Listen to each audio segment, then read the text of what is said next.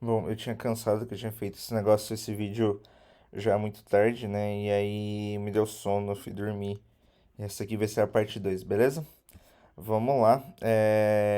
Daquilo lá que eu não tinha mostrado, né? Eu tinha terminado essa parte aqui, né? Só tava faltando corrigir essas aspas aqui, beleza? Dessa parte do primeiro vídeo. Aí agora tem que corrigir algumas coisas. Só um minuto, deixa eu só parar um pouquinho de.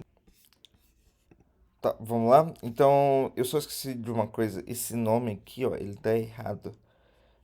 De novo, né? Ele tem o SRC, ele só não tem um S ali. Pronto. Ele tem que ficar com esse negocinho roxo aí. Enfim, vamos lá. Extends Rocket City, que ele vai configurar pra gente o Node também. É uma configuração própria da Rocket City que eu já peguei porque fica mais fácil do que eu criar uma própria personalizada, né? Vai dar muito mais trabalho. Enfim, vamos seguindo em frente. Depois desse passo aqui, a gente vai para essa configuração aqui do editor Code Actions on Save, para que quando a gente alterar as coisas dentro do S-Lint, ele não fique, ele já pegue a correção automaticamente, em vez de a gente ficar toda hora rodando um script que a gente vai criar daqui a pouco para que ele corrija os erros. Também deixa eu só pegar esse código logo daqui, porque aí fica mais fácil. Vamos lá. Para vocês aí, é Ctrl Shift P e ele vai abrir essa janelinha aqui também. É só começar a escrever JSON e provavelmente talvez ele não apareça aqui de cara, certo? Pode ser que ele apareça um pouco aqui mais embaixo, como o meu tá aparecendo. Para quem já mexeu nessa aqui, provavelmente ele vai aparecer aqui primeiro. Para quem ainda nunca mexeu nessa parte, ele vai aparecer aqui. E provavelmente ele não vai aparecer duplicado assim. Opções de configuração do usuário e Open User Settings, tá bem? Ele vai aparecer só em inglês ou só em português, mas enfim, dá na mesma. Vamos lá, e aqui a gente só precisa adicionar esse código aqui. E tá pronto. Ele já vai fazer as configurações do S-Lint toda vez que a gente salvar. Ele vai corrigir pra gente também. Mas caso não esteja pegando, daqui a pouco a gente faz mais pra frente uma configuração do S-Lint também. Mas, enfim, para que a gente consiga rodar esse S-Lint aqui. Outra coisa, a gente pode colocar também esse Prisma aqui que a gente vai usar. O Prisma vai ser o nosso framework de conexão com o banco de dados também. Eu não vou mostrar aqui como a gente faz a conexão de banco com MySQL e o Postgres, porque vai ser um pouquinho mais complicado também. Eu vou ir o SQLite, porque aí a gente precisa instalar o banco e de fato em si, né? Ele vai criar pra gente como se fosse um arquivo de banco de dados. E ele vai funcionar como se fosse um banco normal, mas bem mais leve. Beleza? Vamos em frente então para o próximo passo.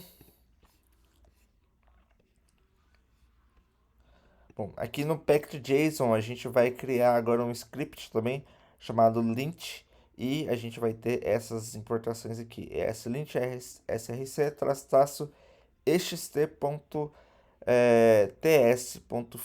Desse jeito aqui ele vai corrigir todos os erros em todos os arquivos que tiver essa extensão ts, todos os arquivos que forem TypeScript, beleza? Vamos lá, nosso packed.json. Opa, tô no lugar errado, é o Neolock. É esse aqui. A gente passa uma vírgula aqui, aspas duplas, escreve lint, depois a gente vem, aspas duplas de novo, copia aquele código lá, fica uma barra ali sobrando, né? Não sei de onde que eu fui tacar esse trem aí. Enfim, pronto. Esse lint aqui no Mac é muito estranho, que às vezes ele faz o traço virar um traço só que maior, enfim. Aqui tem que ser dois, beleza? Deixa eu até dar uma olhada aqui se eu coloquei nesse outro. Foi nesse que eu coloquei? Não, foi no outro projeto. Mas tá bom, não tem problema. Esse aqui, quando a gente rodar npm run lint, ele vai corrigir os erros de lint que tiver dentro do nosso código também. se ele não fizer isso de maneira automática. Eu tô dando erro aqui por conta que não tá na pasta certa também, porque eu tô dentro do Example Code, eu teria que estar dentro do CD Backend, que é a pasta que a gente criou pro nosso backend, né? Como eu comecei de novo o vídeo, eu abri de novo, eu não tinha acessado a raiz do projeto. Enfim, vamos lá. Se eu rodar agora de novo o Runlit, agora ele vai dar certinho. Se ele apontar algum erro, a gente corrige, mas se não precisa se para não ficar muito longo, né, a gente pula para frente. Ele tá dando só um warning aqui porque tá com uma versão diferente aqui, né? O TypeScript ele já tá na versão 5.1.3, ele tá reclamando que tem a versão do Excelente está na 5.3.3.1. Enfim, a gente não vai ligar tanto por isso aqui agora. Beleza? Deixa eu limpar aqui o terminal. Vamos seguir em frente. Deixa eu pegar o próximo passo. Beleza. Feita essa configuração aqui, a gente vai instalar agora o Prisma também. npm i. Ali tá faltando no negócio, mas enfim. npm i Prisma -d. O Prisma, né? Ele é o framework que vai controlar o nosso banco de dados. Por exemplo, ao invés da gente escrever os SQL na mão, é mais fácil a gente usar um framework que faça a nossa escrita do banco de dados, mas a gente escreva o que a gente quer, como se a gente estivesse usando só, por exemplo, JavaScript, sabe? Então ele vai criar a SQL a partir dos códigos JavaScript que a gente escrever. Por exemplo, como se a gente estivesse escrevendo uma função e essa função JavaScript ela vai ser transformada em SQL depois, tá bem? E o "-d" aqui é só para ele instalar, só para desenvolvimento também. A gente não vai usar ele em si em produção. Pronto, está instalado. Vamos pro próximo passo, que já é a gente vir aqui dentro do... Dentro não, né? A gente vai rodar mais outro comando aqui para que ele pegue o Prisma, ele inicie, mas ele inicie com o SQLite também, porque se a gente só fizesse a primeira parte desse código aqui, npx prisma init, ele ia pegar e ia rodar ia instalar o Postgres, né? Mas a gente vai trabalhar com o SQLite, porque o SQLite é mais fácil. Então eu vou dar um enter aqui e vamos para frente. Show de bola, tá criado aqui nosso esquema, tá bem? Ele instalou o Prisma, dentro daqui a gente tem algumas coisas. Essa aqui é a nossa pasta esquema, tá bem? Aqui que a gente vai escrever o nosso código para ir para o banco de dados, beleza? Eu vou mostrar isso mais para frente, mas enfim, isso aqui a gente vai manter também esse generator e também esse data source aqui. Acho que ele tá feinho assim, porque ele deve estar faltando umas extensões aqui. Tá com a extensão só do S-Lint, né? A gente tem que instalar a extensão do Prisma também aqui. Prisma é essa extensão aqui, ó. ADD Syntax Highlight Format. Ele tem que estar com esse Prisma aqui também, beleza? Só instalar ela aqui que é sucesso.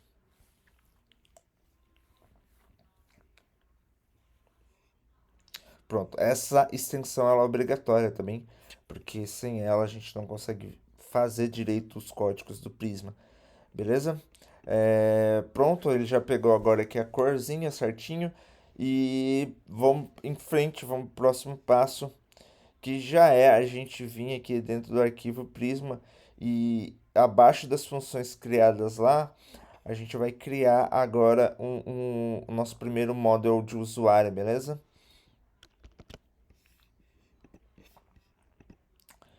Eu já deixei aqui no bloco de notas do aqui do Mac, né? Mas é meio chato porque ele sempre quando eu dou um enter assim, ele tá com aquilo lá, ele entende como se ele fosse uma lista não ordenada, né? E fica colocando essas setinhas aqui e tal. Enfim, vamos só tirar elas aqui. Opa, tirei demais. Pronto. Vamos lá, o que está acontecendo aqui? Eu estou criando a minha primeira módulo de usuário também. E dentro dessa módulo de usuário aqui, eu tenho já aqui um dado também, uma coluna chamada string. E na hora que eu passo esse arroba aqui, significa que ele vai ser uma chave primária do banco de dados também. Todo banco de dados, eu não sei se vocês sabem, ele precisa de uma chave de identificação. Essa chave de identificação é a chave primária, beleza? Então vamos lá,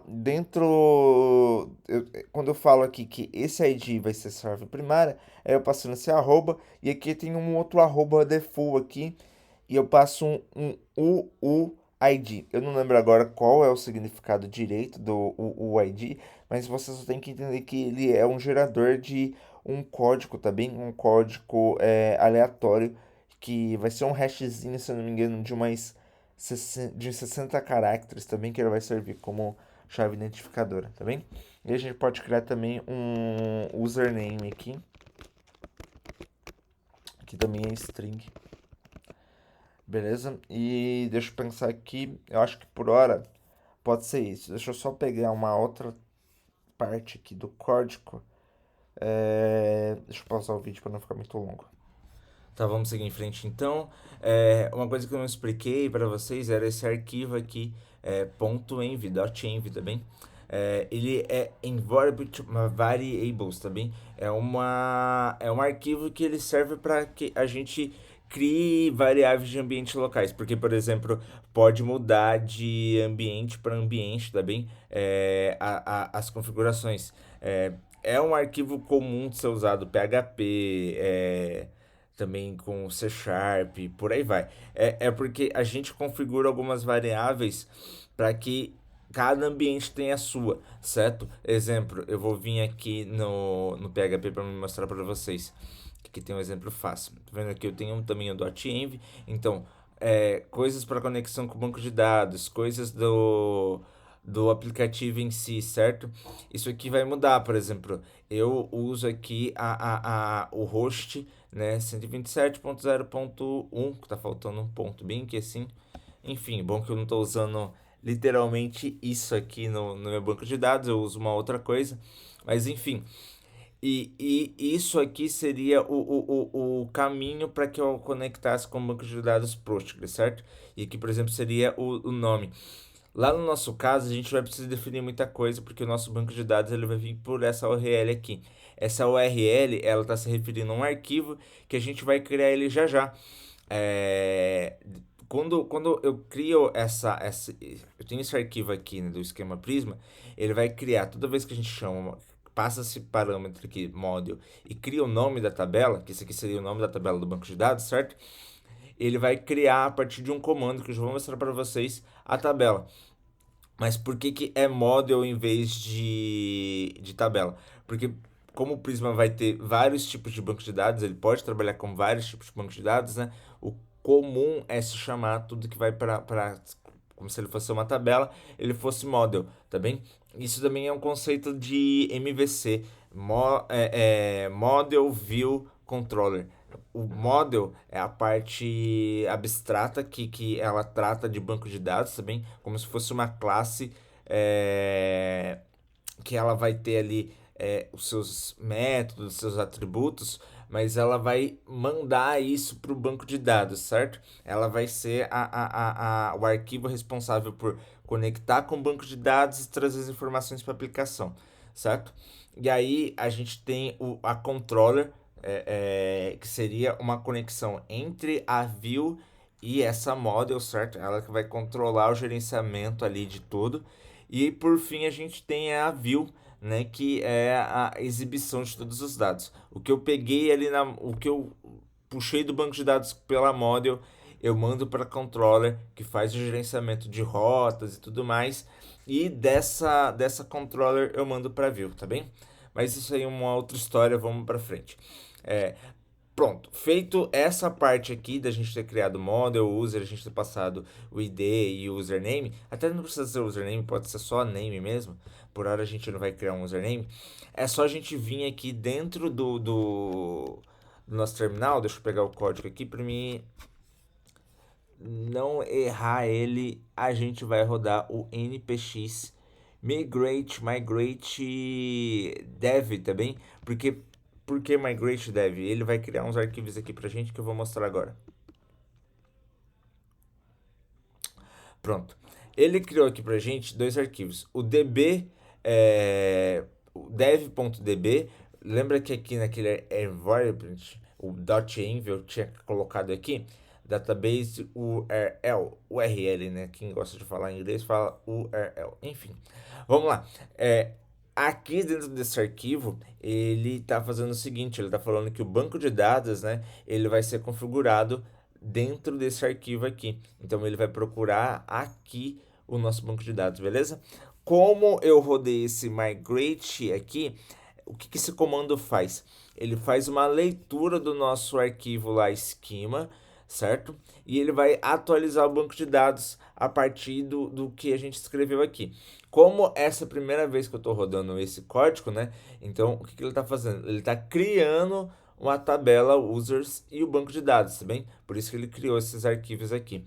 Beleza. Vamos seguir em frente então. Você está vendo que aqui, ó, não era para ter dado enter, se você deu, vai ter que voltar o próximo passo aí, hein? Ele tá pedindo para que a gente dê um nome para migration. Por quê? Porque é como se ele criasse um histórico, certo? Um histórico de tudo das atualizações que a gente fez no banco de dados. Tudo que a gente faz no banco de dados via migrations, ele vai ser refletido, ele vai ter um arquivo migration, certo? Então, para que tenha um histórico, agora eu executei um arquivo que gera tabela de usuário. Depois eu vou criar uma outra tabela, sei lá, contato. E aí eu vou ter uma outra migration que vai cuidar só dessa tabela de contato, certo? E isso vai ficando dentro do histórico, ele vai armazenando isso, beleza? Eu vou mostrar aqui, vou dar um nome aqui para essa migration, tá? Vai ser create users. Opa, ficou com um M ali. Create users table. Vamos deixar assim. Pronto. Aí o que vai acontecer aqui? Vocês repararam que eu coloquei espaço, né? Mas ele não ignorou o espaço. Sim, tem que ignorar o espaço porque não precisa. Mas a gente não precisa digitar, tipo, colocando já o underline e tal. Ele identifica sozinho, beleza?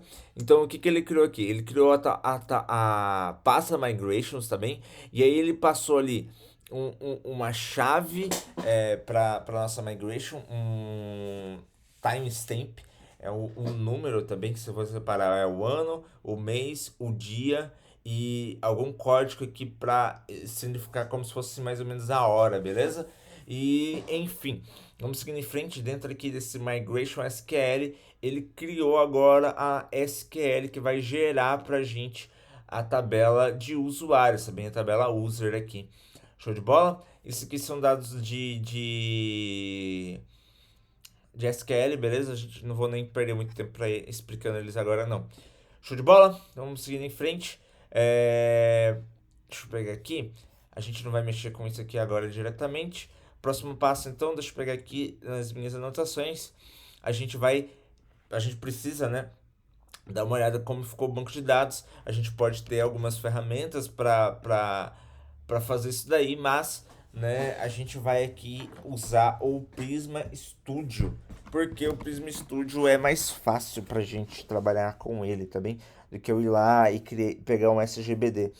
Eu sei que na aula eu falei da gente usar um SGBD, mas, enfim, descobrir esse jeito mais fácil, a gente vai usar ele, tá? Deixa eu tirar, eu coloquei no lugar errado. É aqui dentro do terminal, ficou só com um tracinho ali do negócio que eu copiei. Pronto, deixa eu tirar o espaço da frente e dar um Enter. Pronto. NPX Prisma Studio. Ele vai gerar como se fosse um SGBD aqui só do Prisma, tá bem? O meu ele tá com essa URL aí, porque eu tô no CodeSpaces, lembrando, beleza? Aí ele tá rodando tudo dentro do navegador. Então vamos lá. Aqui, se vocês repararam, ele vai mostrar todas as modos que a gente tiver, todas as tabelas, certo? Como a gente só tem o usuário, ele tá aqui só com o usuário. Então aqui ele já mostra, a tabela tá vazia, né? Então a gente pode vir aqui, add record, que ele vai criar pra gente o nosso primeiro usuário. Então esse UUID aqui, ele vai criar a chave primária de maneira automática. Também a gente só vem aqui dentro do nome e passa o nome do nosso primeiro usuário. Eu vou chamar o meu nome mesmo, né? Pronto, vamos dar um salvante aqui. Show de bola, tá salvo. Vamos agora voltar lá pro nosso negócio, tá bem? Você já repara aqui que ele já tá com.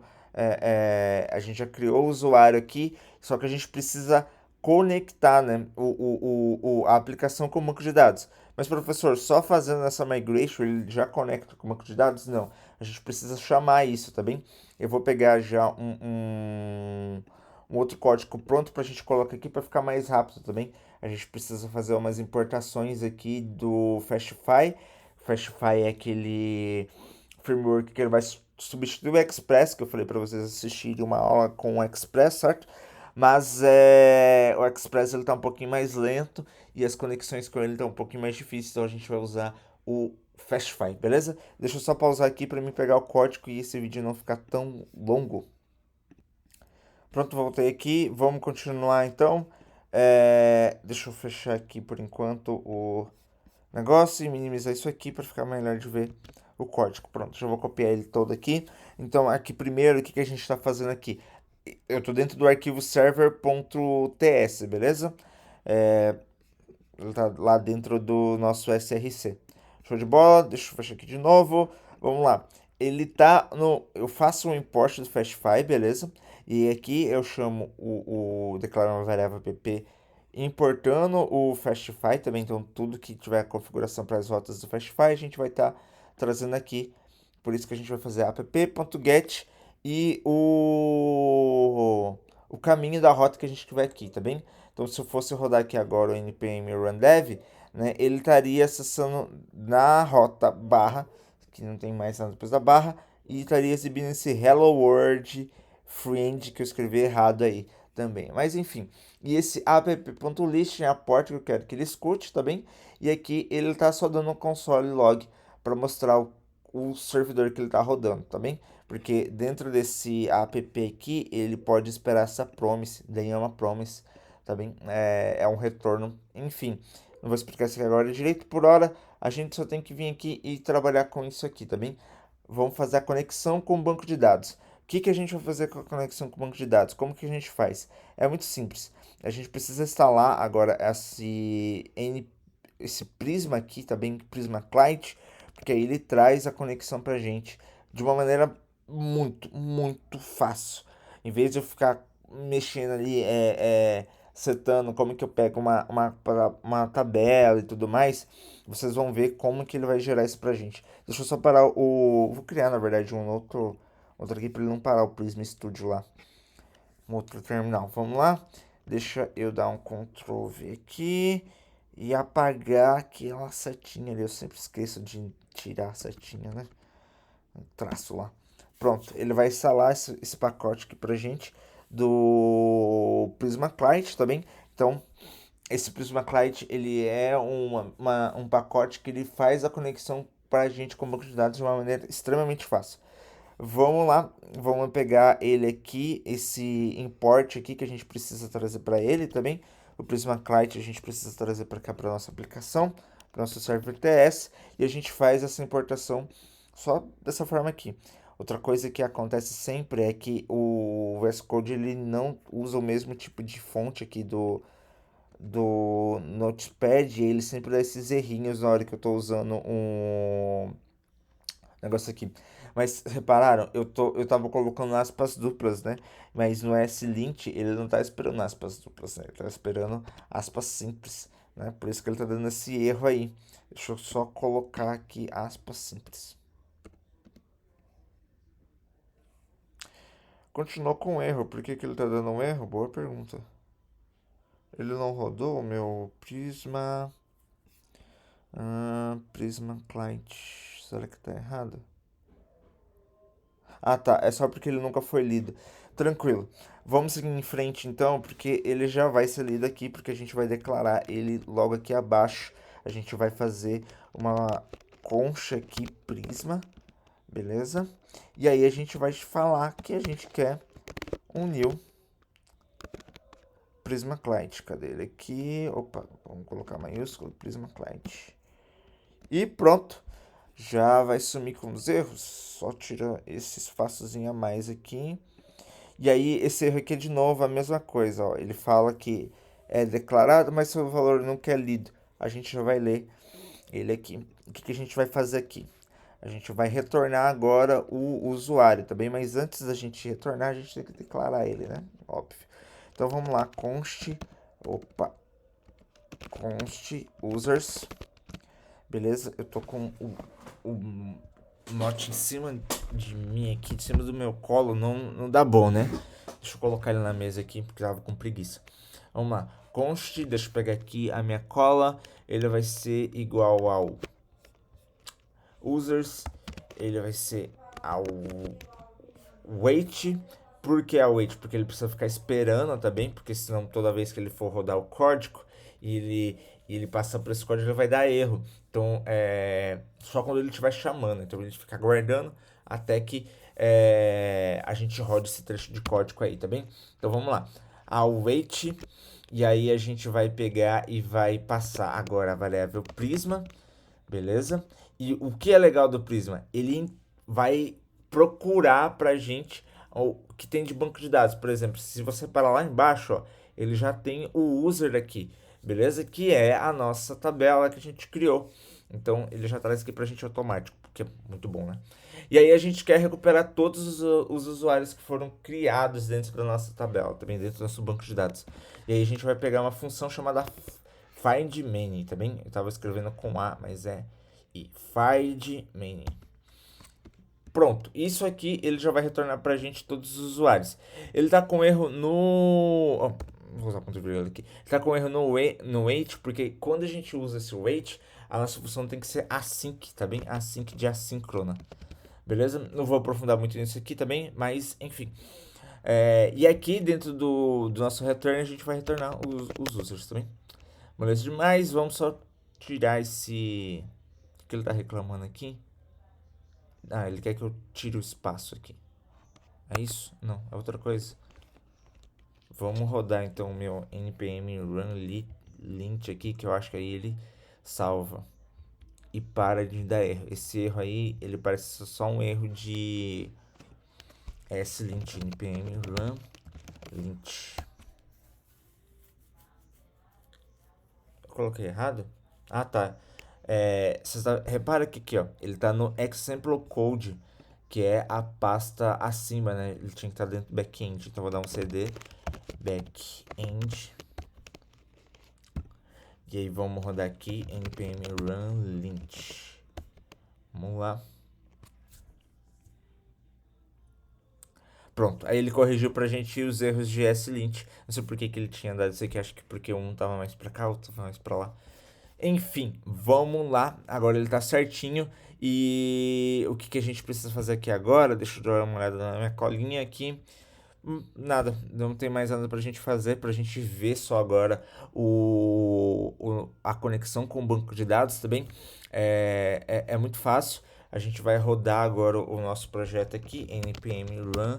Eu vou usar o watch, tá bem? npm run watch. Ele deu erro no server TS. Tá, peraí. Gente, eu vou ter que pausar de novo esse vídeo aqui porque tô atrasado para outro compromisso. Depois eu volto a continuar gravando ele. E já mostro como que conecta com o banco de dados. Vai ter uma parte 3 então, né?